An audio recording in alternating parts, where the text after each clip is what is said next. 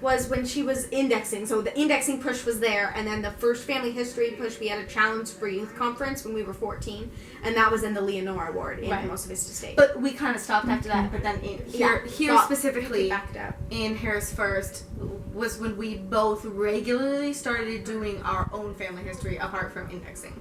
And there definitely have been people in this ward who have encouraged it, and there's a lot of adults who will share names, and so we'll do the baptisms, and then they'll do the initiatories and endowments and stuff for us, which is really nice because our parents can't do it all. Well, and we've been family history consultants in the ward for 6 months, 8 months maybe. 8 months. Yeah.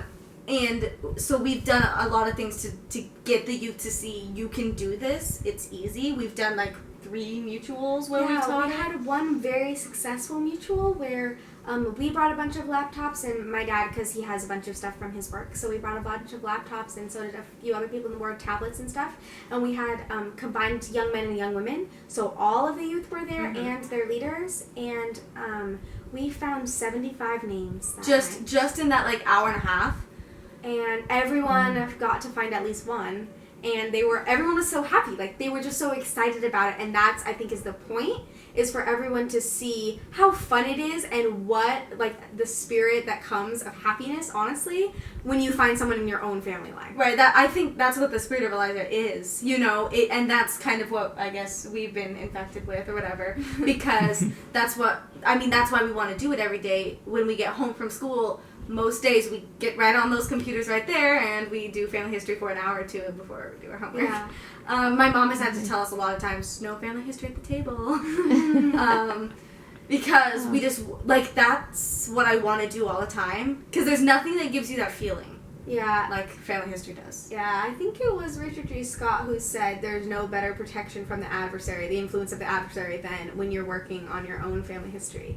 And it makes temple visits such a better experience too, because it's for people that are related to you or made it possible for you to be here. And it's really something it's almost like you helped me, now let me help you. And right. So I love that. We actually recently went on a trip to Europe, and we wanted to go to the temples in the places where we went to, specifically the Toronto Temple on our layover in Canada, and then the London Temple in England. We saw the Paris Temple site, but it's not a temple yet. In Rome.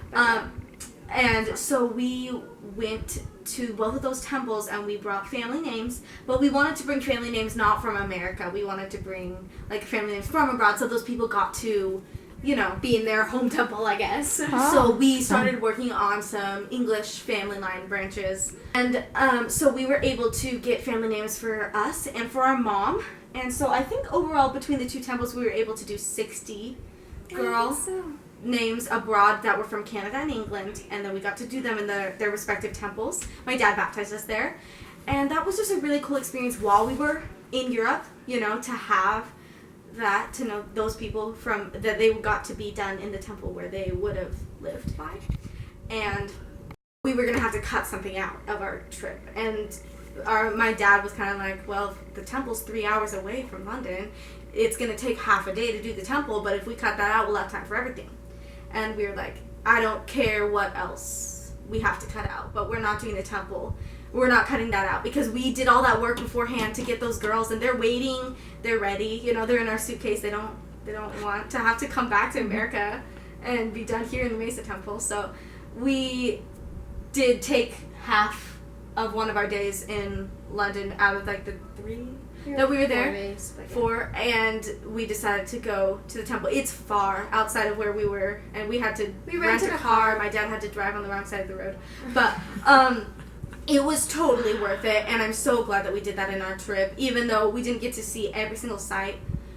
It was beautiful. We got to see the temple, and it was gorgeous, and the spirit when we were doing those girls was really, really strong. And it was really a really neat experience to do that.